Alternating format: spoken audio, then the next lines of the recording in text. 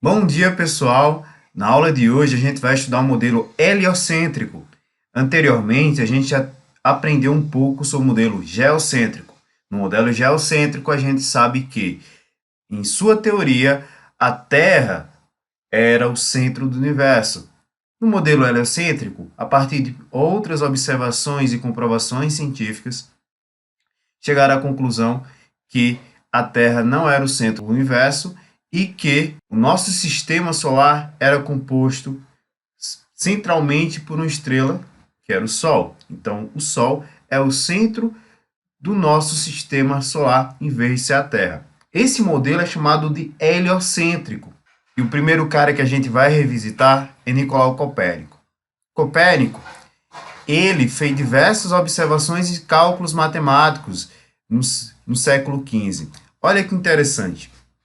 Ele pegou o modelo heliocêntrico dos gregos, que naquela época, apesar de perseverar o modelo geocêntrico, a partir dos cálculos matemáticos e previsões feitas por Ptolomeu, ainda assim tinha alguns pensadores da época, como Aristóteles, que acreditavam no modelo geocêntrico, heliocêntrico, acreditava que na verdade era o Sol o centro do nosso universo.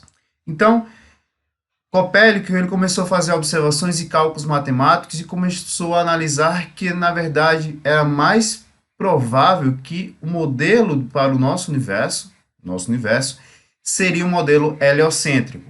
A partir das suas observações, ele postulou um modelo heliocêntrico e também postulou as órbitas circulares.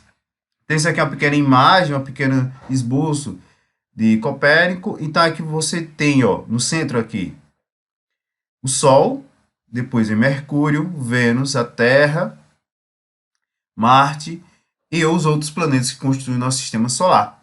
Ok, pessoal? Só que veja que interessante. Só foi publicada a sua obra em 1543, no momento de sua morte. Então ele não viu a repercussão que teve aí sua obra, porque no ano da publicação de sua obra, do seu livro, ele acabou falecendo.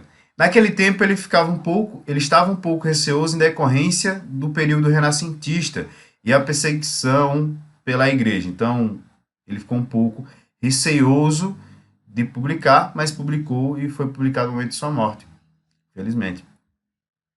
Em seguida, utilizando como base as observações feitas por Copérnico, Galileu Galilei ele começou a fazer observações astronômicas. Como? Ele pegou o telescópio. Naquela época, Galileu ele não inventou o telescópio. O telescópio já era conhecido pela humanidade. Ele apenas adaptou para fazer observações astronômicas. E ele começou a observar e fez observações que comprovavam a teoria de Copérnico. Ele percebeu também que a Lua ela não possuía luz própria, e é uma esfera. Ele fez diversas observações astronômicas.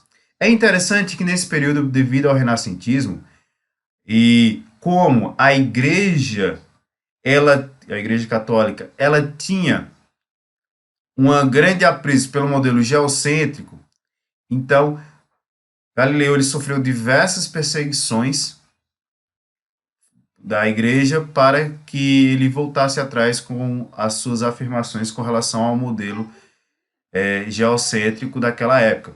E ele defendia o modelo heliocêntrico.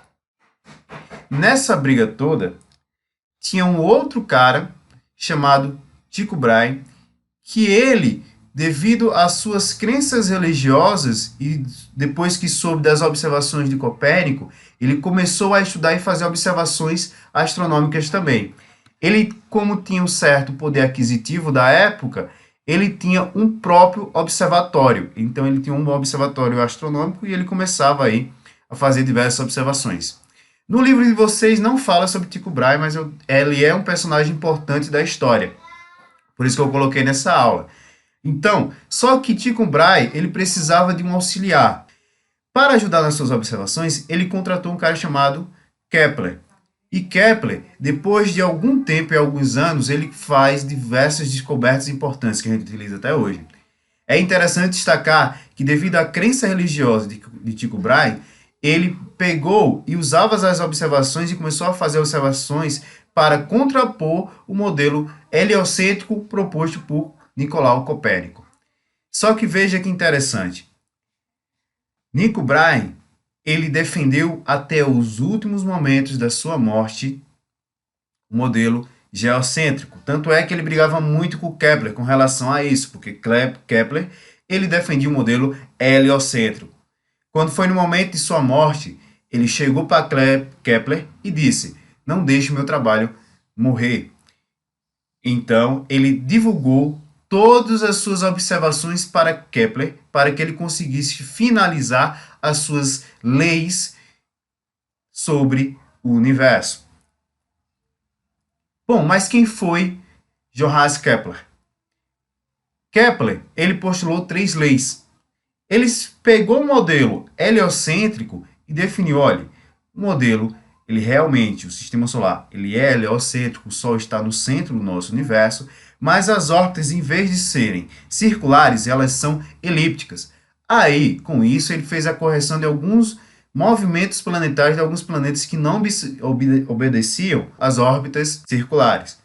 E com esse modelo também de elipse das órbitas, ele também conseguiu analisar e explicar as estações do ano, por exemplo.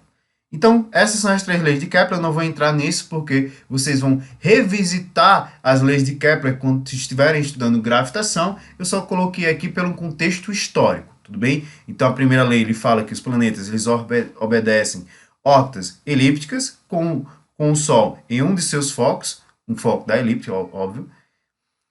A linha que liga qualquer planeta ao Sol, varre áreas iguais em tempos iguais. Ou seja, se eu estiver analisando essa imagem aqui, ó, tá vendo essa área 1 com relação ao tempo que ele varre esse cara daqui, ou seja, ele passa por essa região aqui, é proporcional a essa área 2 em relação a esse tempo aqui. A terceira lei, ele fala que o quadrado dos períodos de translação dos planetas são proporcionais ao cubo dos semi-eixos maiores das suas órbitas. Então, isso é uma lei de Kepler que tem uma formulazinha matemática, só que eu não queria confundir muito vocês, eu não coloquei. Eu só coloquei Kepler aqui por um acontecimento histórico, por uma linha histórica. Não se preocupe muito com as leis de Kepler, ok? Tanto é que no livro vocês têm. Utilizando o modelo heliocêntrico, as observações feitas por Copérnico, as observações feitas por Galileu e as leis de Kepler, Isaac Newton, Sir Isaac Newton, ele unificou todas essas leis e formulou toda uma mecânica para descrever o movimento dos planetas. Então, o que foi que Isaac Newton ele fez? Isaac Newton ele inventou a mecânica clássica, ou seja, as 3 leis da mecânica clássica que descrevem todos os fenômenos mecânicos do nosso universo, pelo menos até 1905, quando teve aí a relatividade geral. Mas até lá, e ainda até hoje, as leis de Newton elas são obedecidas na nossa escala. Quando passa para escalas maiores, velocidades próximas da luz, a gente vai ter a mecânica relativista. Mas quando eu tenho velocidades pequenas e escalas pequenas, a mecânica clássica ainda obedece muito bem. Ele ainda inventou uma matemática nova chamada cálculo diferencial integral. Ele ele descobriu e formulou a gravitação universal, que serviu como base para também chegar à lei, a força elétrica. Então, você vai estudar isso lá para o 3º ano, que é a lei de Coulomb, mas está aí. Isaac Newton, ele pegou todo esse conhecimento, essa bagagem que vinha e formulou e utilizou para poder formular tudo isso. Tem uma frase muito famosa de Isaac Newton, que diz o seguinte: eu só consegui observar mais longe porque eu subi no ombro de gigantes. Ok? Então, vale destacar a importância que o conhecimento ele não surge do nada. Ele vem com bagagem e com o trabalho de outras pessoas. Tá bom, pessoal? Agora eu quero que vocês vão para a próxima aula, vamos para o Google, vamos agora para o Hangout para a gente tirar dúvidas e também responder as questões referentes à aula passada.